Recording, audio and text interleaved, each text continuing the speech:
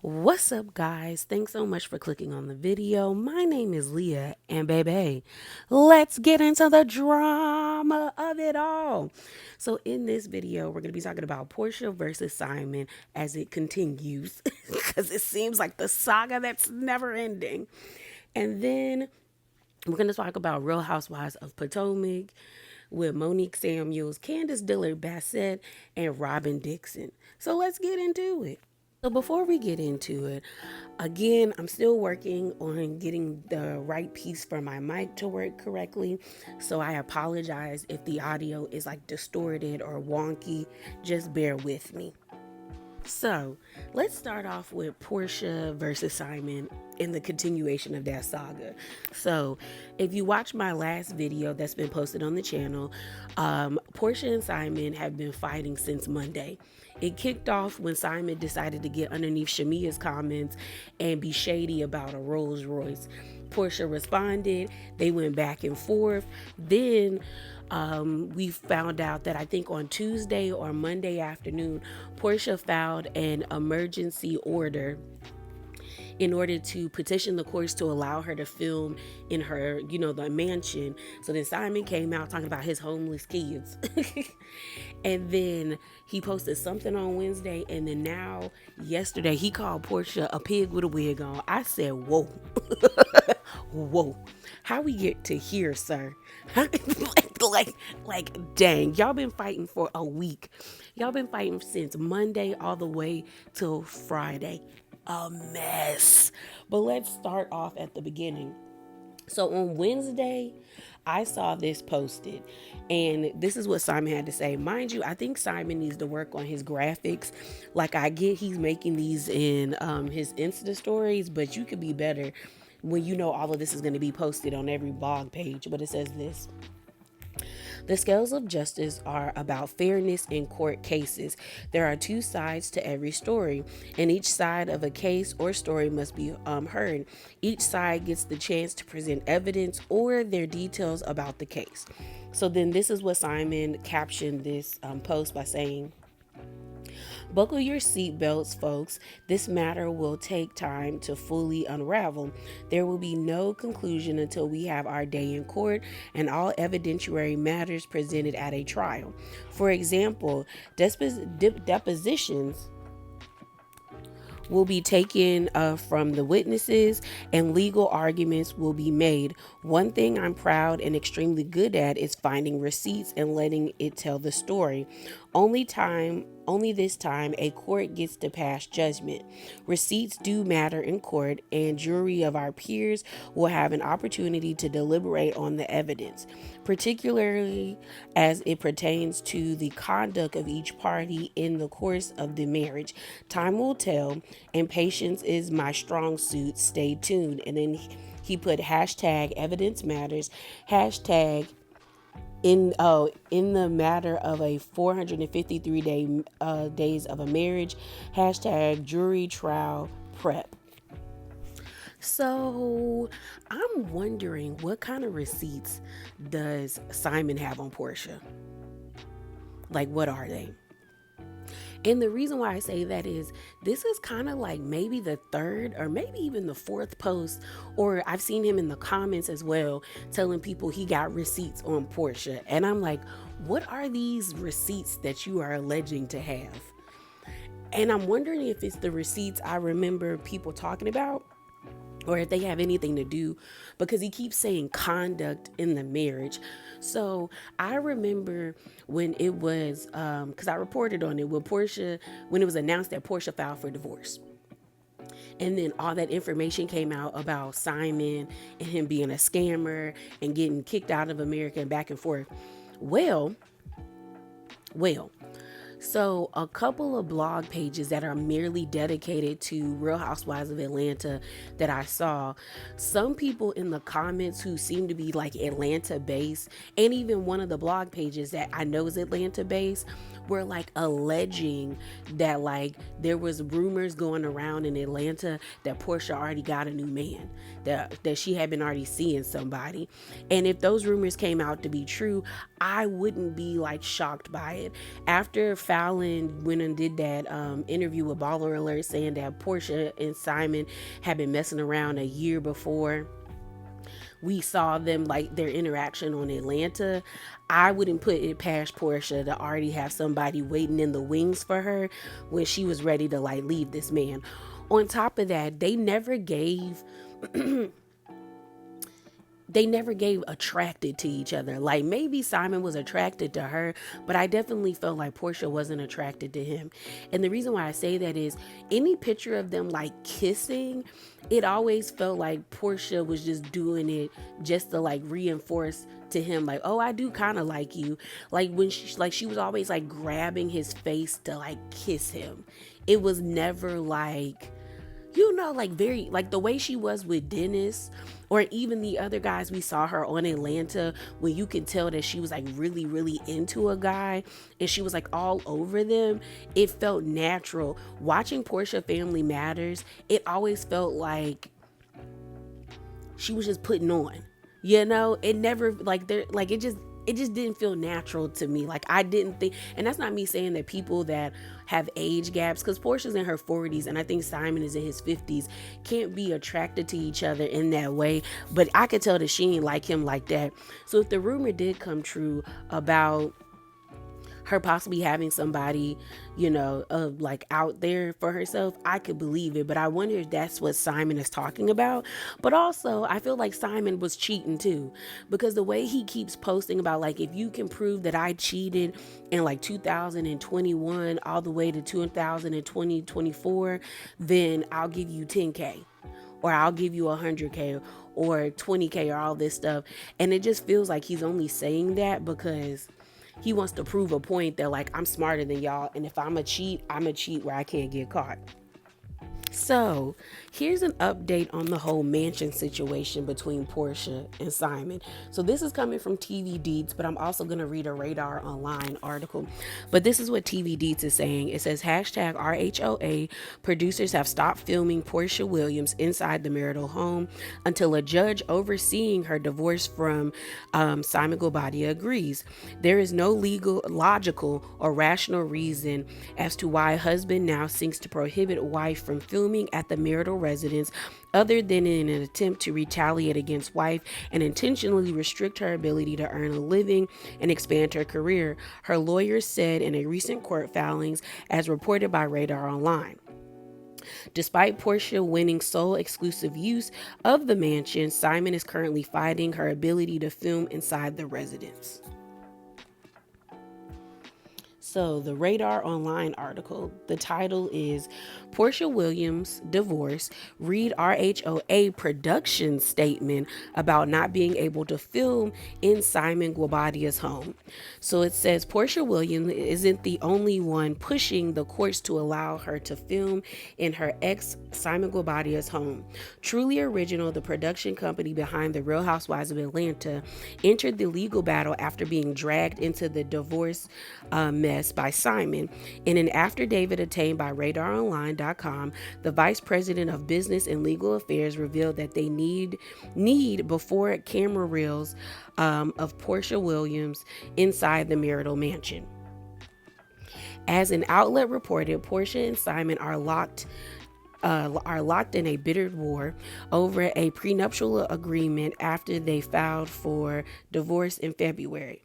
They were also at odds over a multi-million-dollar home they shared as a couple. Simon argued that he bought the mansion before the pair said I do in November of 2022, and that his ex had her own $1.8 million house nearby she could live in. Despite Simon's plea, the judge awarded Porsha possession and sole exclusive use of the marital residence last month.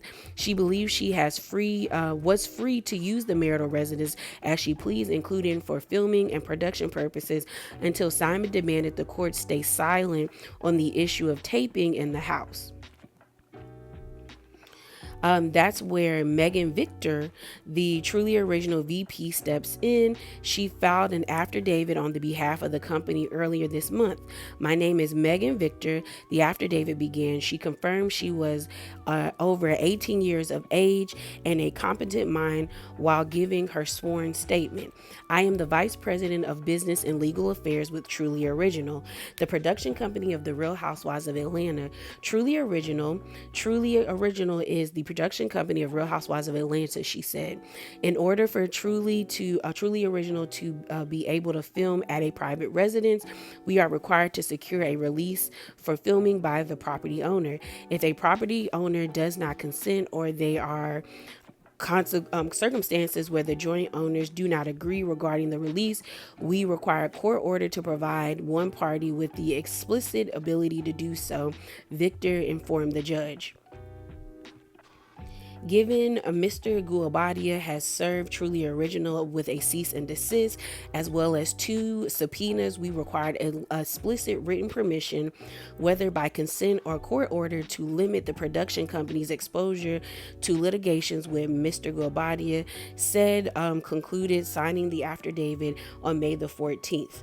Radar Online broke the story of Porsha filing for emergency order, demanding she be allowed to film in the marital mansion with production for RHOA season 16 began. Porsha told, well, we already talked about that.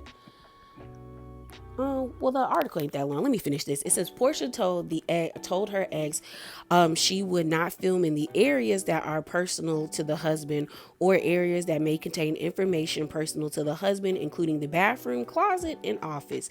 She claimed his sole reasoning for prohibiting her from filming inside the home was to shield one party from disclosing sensitive, private, or personal information at the other party. It goes on to say Porsha argues that taping RHOA inside the home is necessary and vital for her to be a successful reality TV personality. The judge has not ruled yet. So, y'all, here's my thing. I'm just wondering, like, why Porsha won't leave that house. And I'm not saying she has to, but I'm thinking, like, what is truly the reason why you're staying there? And the reason why I say that is it just seems like such a hassle. And maybe it's just because I'm in this space where it's like, if it's going to take all of this, I'm going to just give it up, that I'd be like, well, you do have your mom's house.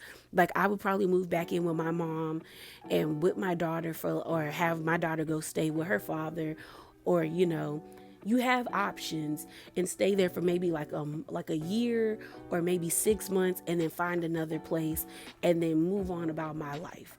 Like, I'm just wondering why she's holding on so much. Because, I mean, the house is nice. Don't get me wrong. The house is really nice. I remember there's a YouTube video of, like, and if I find it, I'll try to put, like, clips of the video in this video, but it was like a virtual tour of the house. The house is nice, but I'm just kind of like, if it's worth all of this, I would have dipped out. And I know production is irritated, because I would be irritated because, like, I'm being brought into this divorce situation because yo man is messy.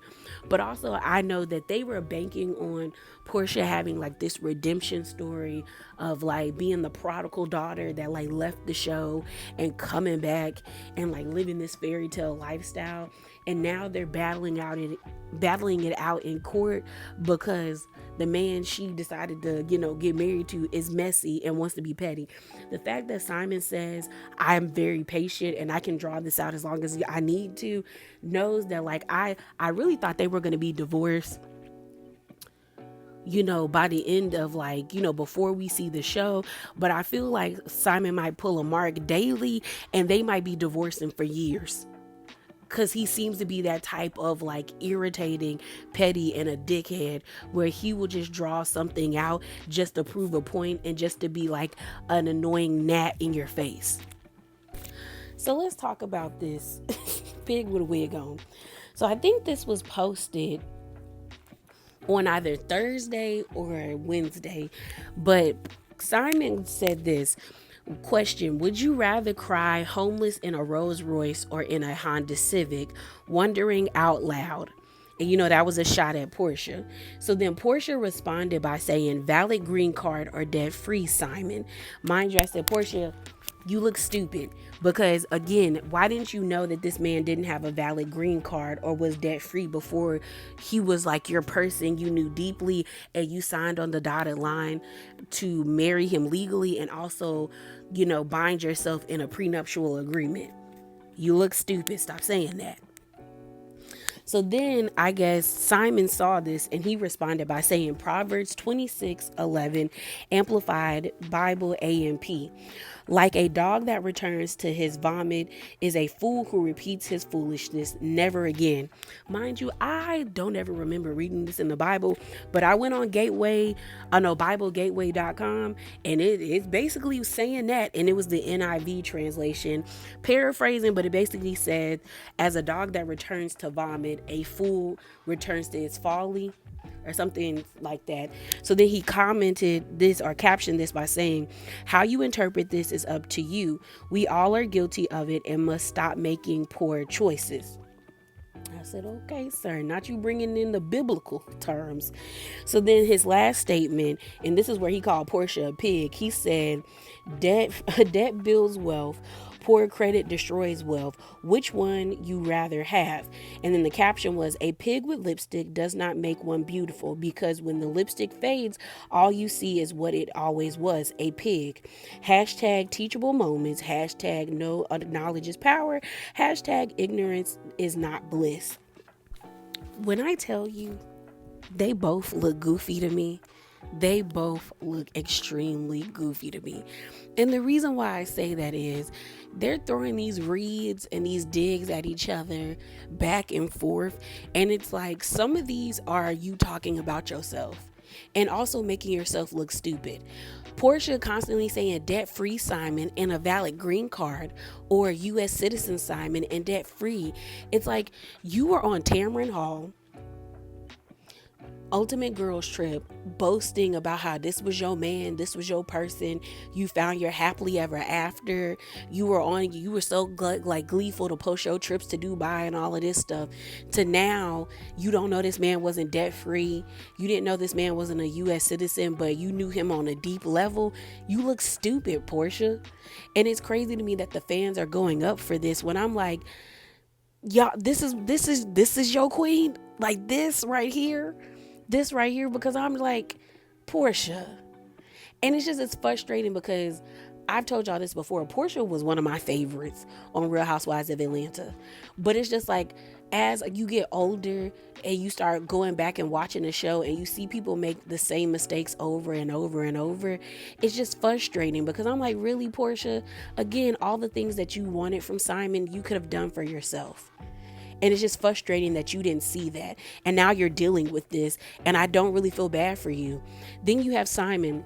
The whole thing about Porsha and the whole pig thing, Porsha is not ugly. Porsha is a beautiful woman.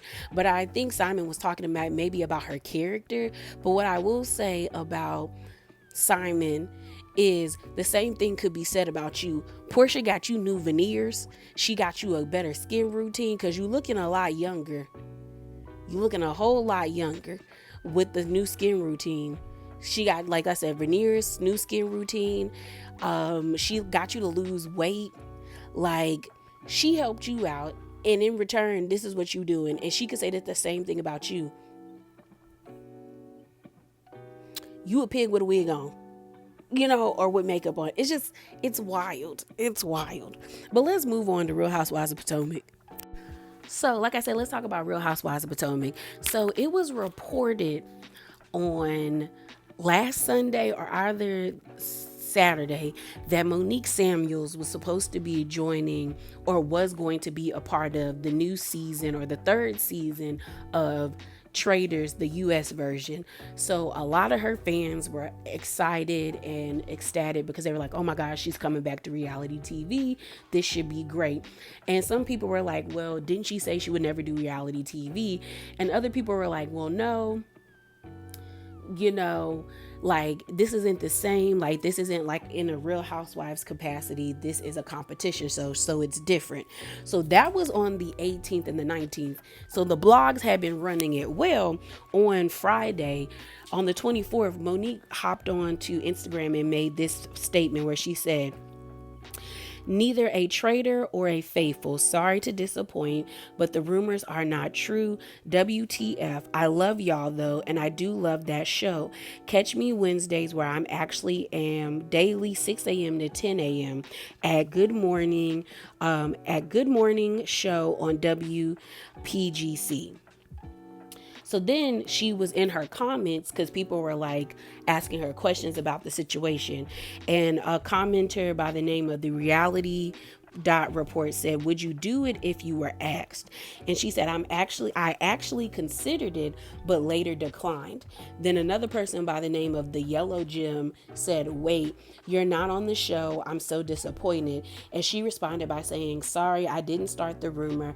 It would be dope though. So once Monique made this statement, an exclusive came out by way of the Neighborhood Talk, where they said this: TNHT exclusive. Candace Dillard and Monique Samuels were both allegedly supposed to join the Traitors cast, but Candace allegedly pulled out due to pregnancy risk, forcing producers to rescind Monique's offer. Robin Dixon in talks to be joining now. So it says, well, we've spoken exclusively to a source close to the situation, and they claim Monique was offered a cast position, but only because another fellow RHOP alum was going to be featured on the show, Candace Dillard Bassett. If you recall, Candace and Monique were involved in a physical altercation that divided the RHOP cast and eventually led to Monique leaving the show. So obviously having both of them on Traitors would have been great TV, but the source says Candace's pregnancy caused her to pull out of the deal. Candace isn't doing it anymore because of the risk around the pregnancy. The sources explain production rescinded Monique's offer because Candace isn't doing it anymore. They have Robin Dixon coming now. Neighbors, would you have liked to see these two on television again? So I guess Monique didn't like the exclusive because she then had her representative with big quotation marks and to reach out to them, and this is what was stated. It says exclusive. Rep from Monique Samuel says she passed on the Traitors because they couldn't afford her number. They go on to say, and it's like a screenshot of like, I guess, an email that they were having a conversation back and forth. The header of the email is Monique Samuels, The Traitors Season 3 official offer letter. And this is what it stated. It says, apologies, the number for the season is the number, and we need to move on as the cast travels less than 2 weeks. So let's readdress for next season. Maybe the fees might change that point. You never know what happens season to season and budget, but there's no way we can get close to what you were requesting. We tried, and then it says sent from my phone. And then the caption says, a rep from Monique Samuel spoke to us about why she no longer is in talks to do the show. The Traitors came down to the money. So let's start from the end and work our way to the beginning. So this whole money thing, I don't believe, if I'm gonna be honest. Like, I understand people knowing their worth, but I'm just kind of like, how much money do you think you deserve, Monique? Like, for real, because to me, I feel like they probably give these people like maybe 50. I can see at the lowest like 40K, at the most maybe 80K to do this show, because they're not in Scotland that long. Because I think once you get kicked off the show, you immediately go back home. So you could be filming for like 2 or 3 days and then they kick you off the show.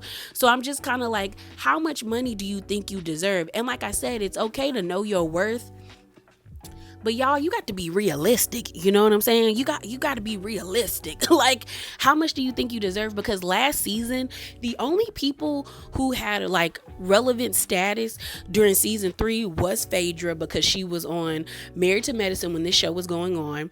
You had Tamra. Tamra was on the OC that had just went off. Larsa and Marcus were on Real Housewives of Miami that was currently running at the same time. Then you had Sheree, who's on Atlanta, Atlanta, Real Housewives of Atlanta. So they to me could bargain for more money because they're currently still filming their shows. Everybody else, I don't think had been on their shows in like seasons. Some of the people were from Big Brother, some of the people were from Survivor, other people were from The Challenge. I think some people were from The Bachelor. So it's just kind of like their seasons have long gone. So I don't feel like Monique was in a position to like be bargaining for more money. Then the exclusive comes out about basically saying that Monique offer was rescinded because Candace stepped away, which I slightly believe, you guys. Now, when I saw on Sunday, that she was supposedly in the talks to be a part of this show, I was indifferent. Like I was like, oh, okay, that's cool, it's cute, but I don't know why she'd be on this show. But I get a check, girl, get one. You got kids, feed your kids, feed yourself. But my thing about it is I was wondering what she would bring to the show. Like, would she have the Phaedra effect where everyone loved how well she played the game? Or would she not and like give us what she gave on Love and Marriage DC and on Potomac? Because I think on these types of shows, on competition shows, you have to be cunning and good at making strategies. You also have to be likable and personable for people to want to be in alliances with you. And on this show, you have to have some type of athleticism. They be having them run through the woods of Scotland like they training for war. So to me, it makes sense if Candace was in the running that she pulled out because she was pregnant. But I also feel the same way about Robin Dixon. Like, are you going to be likable? Are you going to have the Phaedra effect? Are you going to be so good at the gameplay? People want to see you on more reality like game shows. So, and the thing about the reason why I kind of believe this exclusive is because the only time I see like Potomac fans, especially ones that love Monique, bring up Monique is to advocate violence against Candace. Like, they're always like, oh, that's why Monique punched you in the face. Oh, that's why y'all need to keep Monique because Monique would have popped her by now again. It's never like, oh, I want to see Monique because I love her family and I want to see how she navigates being a divorcee. It's never like, oh, I want to see Monique because she was funny and she was cute and she gave us fashions. It's always them advocating violence against Candace. And I'm just like, I can see the network seeing that and be like, ooh, this could bring us better ratings than what we had last season with Phaedra. This could give us something, because a lot of people were upset that we weren't able to see like a conclusion between Candace and Monique at the season 5 reunion, and that Monique left the show and went and did Love and Marriage DC instead of staying on Potomac and like coming to some type of resolution with Candace and moving forward, or them just really having a discussion and moving forward. So I can see them saying that to her. But I'm just kind of like, what would she have brought to the show? But I do think she also told on herself that some of the things that are coming out about the situation is true, because in her comments when she made that post on her Instagram, when that person asked like, hey, like, would you do the show if asked? She basically said, I considered it but declined. So to me, you can't decline something that's not being offered to you. So either one, you backed out because like you're saying, the money wasn't there for you, or two, they decided to go another way because there was something else that they wanted to do with the show, which is you and Candace have this discourse and they decided that since Candace not here, they don't want you no more. But either way, I know it probably bothers her that the only time people really speak of Monique is when she makes a statement about Potomac, or when she talks about, if it's in reference to Candace. Like, she be pushing Not for Lazy Moms and that Oils and that radio show, but honestly, I never hear anyone talk about her unless, again, they're using her to advocate violence against Candace, or if they're talking about Potomac, something that she seems to like want to forget that she was a part of. But hey, it is what it is at this point. That is it. That is all. Remember to be bravely authentic, and definitely hop down in the comments below. And if you like what you heard, slide your girl a like. And I'm out, y'all. Deuces.